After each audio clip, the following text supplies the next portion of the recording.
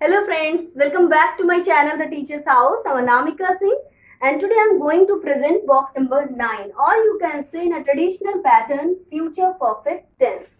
जैसा कि आप सभी लोग जानते हैं और मेरे प्रीवियस वीडियो लेक्चर्स देखे हैं, टेंसेस को पढ़ाने का मेरा पैटर्न थोड़ा सा डिफरेंट है। मैं टेंसेस को बॉक्सेस का नाम देती हूँ और बॉक्सेस में पढ़ाती हूँ और अभी तक मैं आपको बॉक्स नंबर 1 से लेकर के बॉक्स नंबर 8 तक शेयर कर चुकी हूँ अपना नॉलेज और अभी बारी है बॉक्स नंबर 9 की। पहले तो ये जानते हैं कि टेंसेस का इंपॉर्टेंस क्या होता है। स्कूल लाइफ से प्रोफेशनल लाइफ तक, स्पोकन से राइटिंग तक, हर जगह पर टेंसेस का बहुत यूज है। तो अच्छा हो कि हम इसे इस तरह से समझें कि ये समझना बहुत फ्लेक्सिबल हो जाए, बहुत आसान हो जाए हमारे लिए और कभी हमारे दिमाग से ना उतरे। तो बात करेंगे आज हम बॉक्स नंबर 9 की। क्या होता है इसका आइडेंटिफिकेशन। आइडेंटिफिकेशन मतलब पहचान। जब हम बात करते हैं या जब हम कुछ लिखने के दौरान देखिएगा, ध्यान दीजिएगा कि किसी सेंटेंस के एंड में, जैसे मैं अगर कहूं कि मैं पढ़ा रही हूं तो अंत में क्या आया, रही हूं। इन द सेम वे बातचीत के दौरान आप अगर ध्यान देते रहेंगे तो आइडेंटिफिकेशन होगा, चुका होगा, चुकी होगी, चुके होंगे, या आ होगा, ई होगी, ए होंगे, या फिर लिया होगा, किया होगा, दिया होगा। ऐसा कोई भी वर्ड, ऐसा कोई भी साउंड अगर आपके बातचीत के दौरान सेंटेंस के एंड में मिल जाए तो आप ये मान लो कि ये बॉक्स नंबर 9 है या फ्यूचर परफेक्ट टेंस है। कैसे? वह जा चुका होगा, ट्रेन आ चुकी होगी, पापा खाना खा चुके होंगे, वो गया होगा, वो आई होगी, बच्चे सो गए होंगे, मैंने काम कर लिया होगा, तुमने क्या किया होगा, उसने मुझे पैसे दे दिए होंगे। तो ये क्या है, सब में अंत में कुछ ना कुछ आइडेंटिफिकेशन हमें यहाँ से मिल जा रही है। तो ये बॉक्स नंबर 9 होगा। बॉक्स नंबर 9 में जो हेल्पिंग वर्ब यूज होगी वो या तो विल हैव या फिर शैल हैव का यूज होगा। अभी मैं क्लियर कर दूं कि विल हैव का यूज कहाँ होता है और शैल हैव का यूज कहाँ पे होता है। 5 ऐसे सब्जेक्ट्स जो कौन कौन से हैं, I, we, you, they and plural.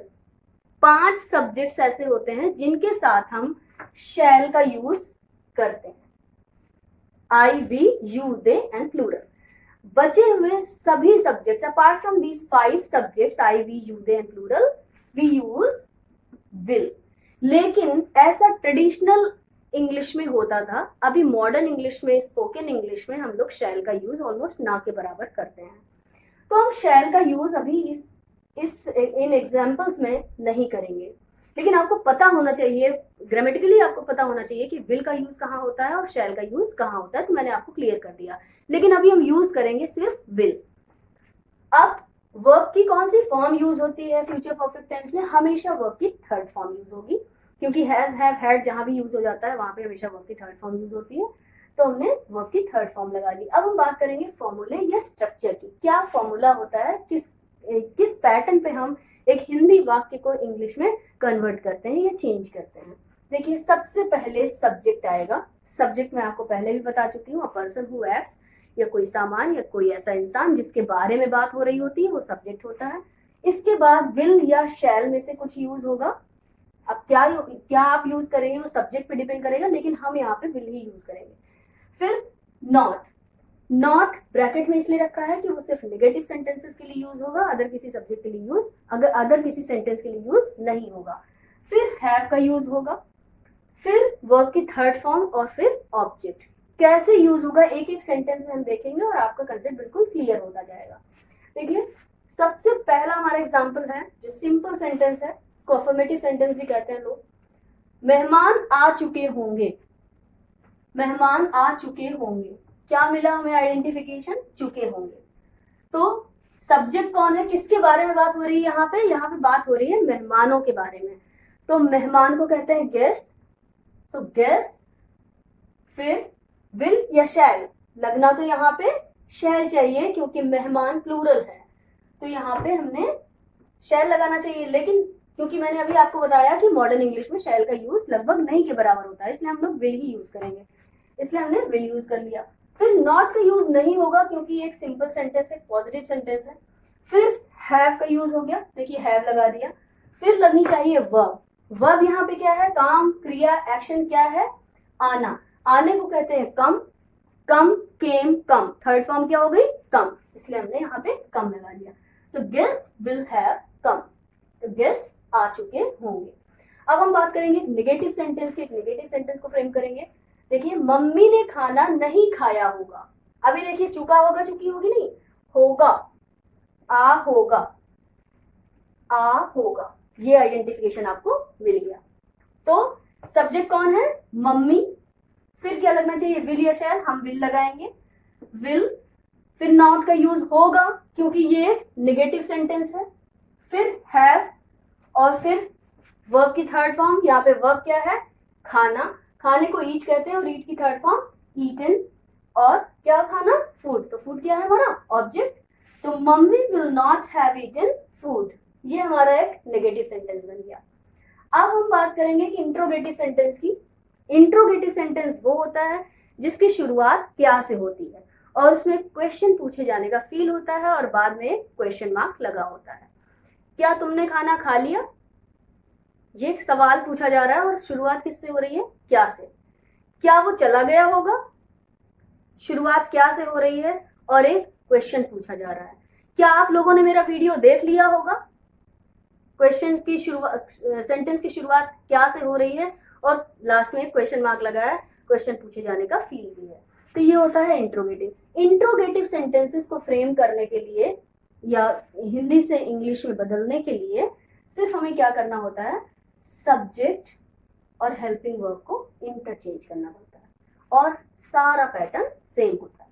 तो देखिए क्या करेंगे, क्या वह सो चुका होगा, फ्यूचर की बात हो रही है, क्या वह सो चुका होगा, तो ही विल होना चाहिए, सब्जेक्ट ही है, वह, यहाँ पे जेंडर क्या है, मेल है, इसलिए ही विल होना चाहिए, लेकिन हमने क्या किया, इंट्रोगेटिव सेंटेंस है इसलिए ही को इधर, ही विल को इधर कर दिया और ही को इधर कर दिया, यानी सब्जेक्ट और हेल्पिंग वर्ब आपस में इंटरचेंज हो गए। तो ये देखिए, विल इधर आ गया और सब्जेक्ट ही है, ही विल की जगह चला गया। फिर नॉट का यूज नहीं होगा क्योंकि ये एक इंटरोगेटिव का सिंपल या पॉजिटिव सेंटेंस है। फिर हैव लगेगा, हैव लगा दिया। फिर वर्ब क्या है यहाँ पे, सोना, सोने को स्लीप कहते हैं और थर्ड फॉर्म स्लेप्ट होती है, इसलिए विल ही हैव स्लेप्ट, क्या वो सो चुका होगा। अब हम बात करेंगे इंट्रोगेटिव नेगेटिव सेंटेंस की। इंट्रोगेटिव नेगेटिव सेंटेंस मतलब जब सेंटेंस की शुरुआत क्या से हो, क्वेश्चन पूछे जाने का फील भी हो और उसमें नेगेटिव यानी कि नहीं शब्द का यूज भी हो।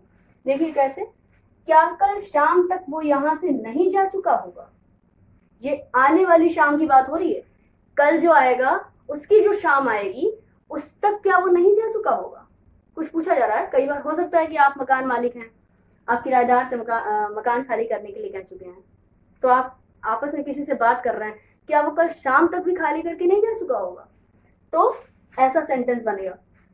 कैसे, देखिए ये क्या से शुरू है, ये इंट्रोगेटिव सेंटेंस है, इंट्रोगेटिव है तो सबसे पहला स्टेप हमें क्या लेना है, सब्जेक्ट और हेल्पिंग वर्ब को इंटरचेंज कर देना है। तो इंटरचेंज कर लेते हैं।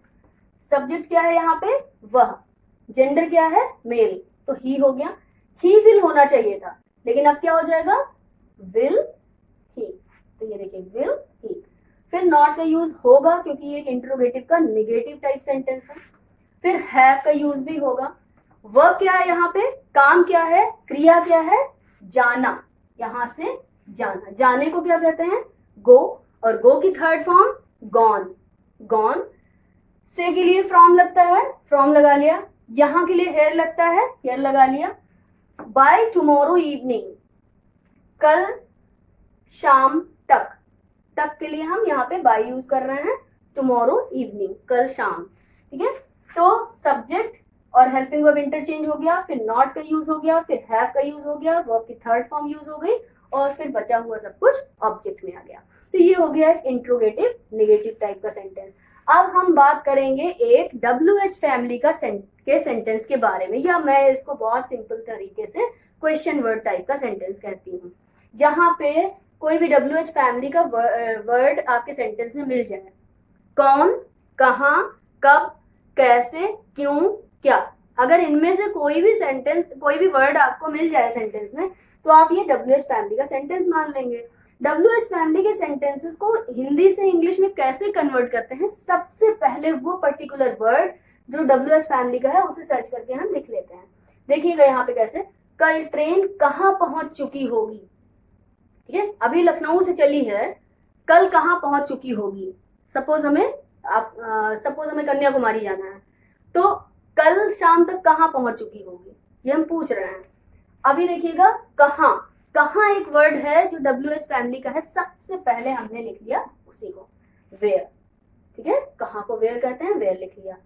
अब जब ये WH फैमिली का वर्ड लिख लिया जाए, इसके बाद का आगे का पूरा पैटर्न इंट्रोगेटिव सेंटेंस की तरह हो जाता है।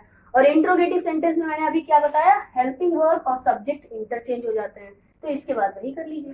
सब्जेक्ट है यहाँ पे ट्रेन और हेल्पिंग वर्ब लगनी चाहिए विल, तो ट्रेन विल होना चाहिए, लेकिन अब हम क्या करेंगे, विल ट्रेन, तो वेयर विल द ट्रेन, देखिए वेयर लग गया, फिर विल, फिर द ट्रेन, फिर नॉट का यूज नहीं होगा क्योंकि ये एक WH फैमिली का पॉजिटिव सेंटेंस है। फिर हैव यूज हो गया।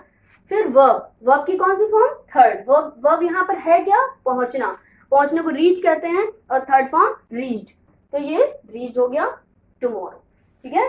तो where will the train have reached tomorrow. Next is WH family का या क्वेश्चन वर्ड का एक नेगेटिव सेंटेंस बनाते हैं, ठीक है। कल वह नदी क्यों नहीं पार कर चुका होगा, नदी पार करने की बात हो रही है, कोई अपना डाउट शो कर रहा है शायद कि वो कल नहीं पार कर चुका होगा, तो वो मैं उससे पूछ रही हूँ कि वो कल नदी क्यों नहीं पार कर चुका होगा, ठीक है।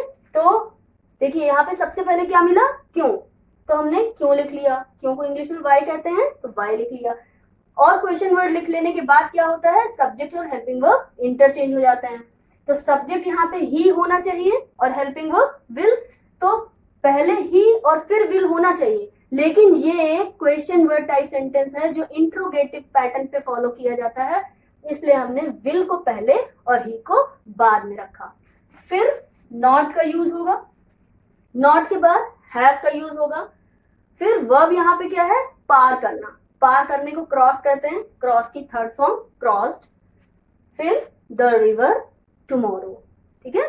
तो ये हमारे हर तरह के सेंटेंसेस रहे जो मैंने आपको अभी मैंने आपको समझाया। इसके अलावा अगर किसी और तरह का कोई सेंटेंस है या इस टेंस से रिलेटेड कोई कंफ्यूजन है तो आप मुझे कमेंट बॉक्स में कमेंट कर सकते हैं। देखिए इसमें एक सेंटेंस और होता है जो बड़ा कंफ्यूजिंग होता है, कुछ सेंटेंसेस ऐसे हैं जिनमें चुका होगा, चुकी होगी, चुके होंगे लगा होगा, लेकिन वो बॉक्स नंबर 9 नहीं होगा, वो बॉक्स नंबर 8 होगा। कैसे, मैंने आपसे कहा कि किसी पर्टिकुलर का नाम ले लिया कि भैया सचिन कहाँ है, तो आपने क्या कहा, अरे तुम इतनी लेट से आ रही हो, सचिन तो कब का चला गया, या सचिन तो कब का चला गया होगा।